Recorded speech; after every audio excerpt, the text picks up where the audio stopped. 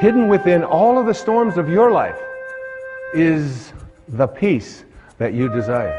Dr. Wayne Dyer presents a new interpretation of an ancient wisdom text, the Tao Te Ching. Many people call this a manual for achieving a way of life that literally guarantees integrity, joy, peace, and balance in our life. Change your thoughts based upon the wisdom of the Tao, and your life will change. Join Dr. Dyer as he reveals how to live the wisdom of the Tao and achieve higher consciousness. When Change Your Thoughts, Change Your Life airs next.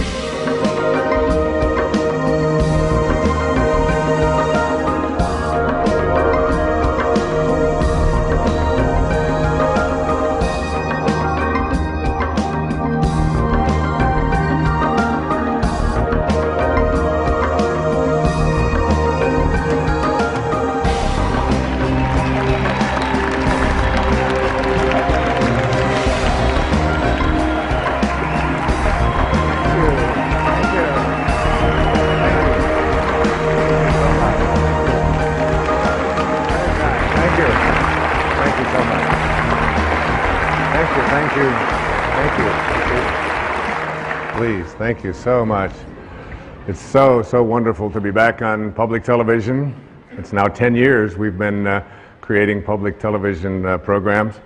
It's been a wonderful journey. I obviously support public television. It's a way to bring higher consciousness to our entire country, and I'm proud and pleased to be here. This is a program about changing your life. Not in the traditional way that we think of when we think about changing our lives. Usually that means changing your behaviors, retraining yourself, getting new habits, going out and trying them out and changing your life.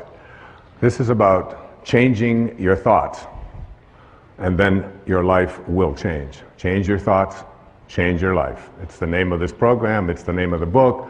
It is something that I very strongly endorse, that we have within us the ability and the capacity through the way that we use our minds and the way that we process things and events to make our lives totally shift and change around.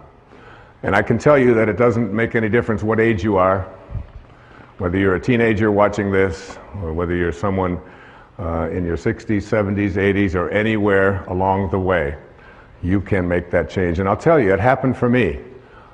2 years ago, on the 10th of May, I turned 65, and the next day, on the 11th of May, I had a life-changing thing take place for me. I changed the way that I was thinking about who I am, about what kind of a man I am, about what kind of a person I intend to be for the rest of my life and where I'm going. And something began to resonate with me that I had to make a shift and make a change at the age of 65. I had a wonderful office, which was really a townhouse. It was filled with over 20,000 books. It was filled with clothing. It was filled with records of all kinds. It had pictures on the wall. I had awards that I had received over the years, and everything that I had accumulated, literally, in this physical world, had accumulated in that office. I turned the key and handed it to my manager, Maya, who's been with me for almost 30 years, and I said, I would like you to sell everything, or distribute everything that's in there. Sell the townhouse, get rid of it. Take all the records, all the books. I got rid of my shoes. And I left it all behind and turned it over to her to get rid of everything. I detached myself from a lifetime of accumulations, and I moved full-time to a place over in the middle of the Pacific Ocean on one of our great islands called Maui. And in the next months, I began to get a lot of things coming to me about what my life was to unfold, things that I wasn't even expecting. And I think about this idea about what age you are, and whether or not changes and shifts can be made, and how difficult so many people attribute this to, they say it's just, that's an impossibility. I couldn't possibly do that. I'm so attached to all of these things. Or I'm too old. I've been living in the same place too long, whatever it might be. Right here in this audience is one of the women that I revere. I think more than any other woman I can think of in the professional world. At the age of 60, she changed her thoughts, and her life changed dramatically. She started a publishing company called Hay House, which is one of the world's largest publishers of spiritual and higher consciousness materials. She wrote a book called You Can Heal Your Life. She's here today. Her name is Louise Hay. Louise, would you stand up and be acknowledged?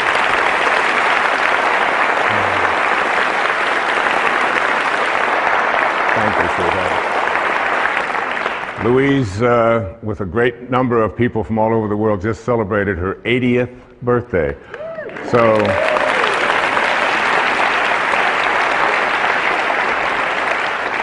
I should look so good even at 60, all right? And I'm just so deeply honored that you're here, dear. Thank you.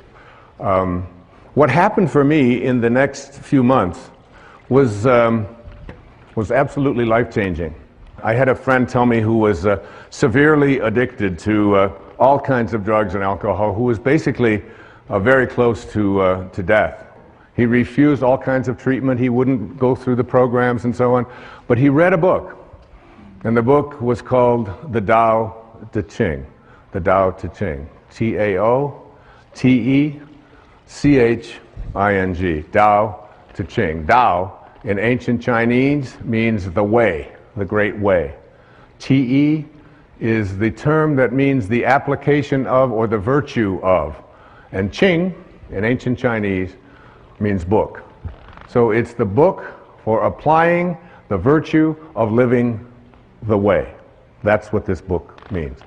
And he told me that, and I thought, I've heard of the Tao Te Ching, I've heard of Taoism, I'm familiar with that. I had read about it when I was in college. I'd even lectured a little bit about it when I was teaching at a university in New York City, at St. John's University. It was something that I had sort of a cursory awareness of. But it wasn't something that I was really profoundly interested in. I was watching a TV show one night and someone talked about the Tao on there. I walk into a bookstore and there's a copy of the Tao. This is all happening in the 6 months or so that between when I had left and knowing that it was time for me to detach myself from all of the things that had been so much a part of my life and move on into a new area of my life. So I couldn't resist it any longer, and I said, I really want to read the Tao, and I'm going to take the next year, a full year, and in that year, what I would like to do is I would like to read each verse. There are 81 verses in the Tao Te Ching. You can read it in an afternoon, but you can study it for a lifetime. And in the studying of this, I said I would like to just take those 365 days for the next year, and in every 4 days, I am going to read one verse. Some of them are only 4 lines long. Some of them are 12, 16 lines long. I'm going to create for myself a way of seeing if I can live this Tao. And what I did was I would read it, then I would meditate on it, I would walk on it, I would go swim on it. When I would do yoga, I would practice it, and then I would sit down after the 4th day, and I had a picture of the man who was considered to be the author of this, although there's no historical actual record of his name is Lao Tzu. This is the visage that I looked at. This is the image of an artist's drawing of Lao Tzu. In ancient Chinese means old man. Old man. He was the old man who was living in China in the time of the warring states, and he decided he didn't want any more to do with war and violence and hatred and killing and all of the things that were so much a part of his world. And he got on his oxen and he left, and before he left to go off and be by himself, he dictated some 5,000 Chinese characters, these 81 verses that became the Tao Te Ching. There are some people who call the Tao Te Ching the wisest book ever written. If you Google this thing called the Tao Te Ching,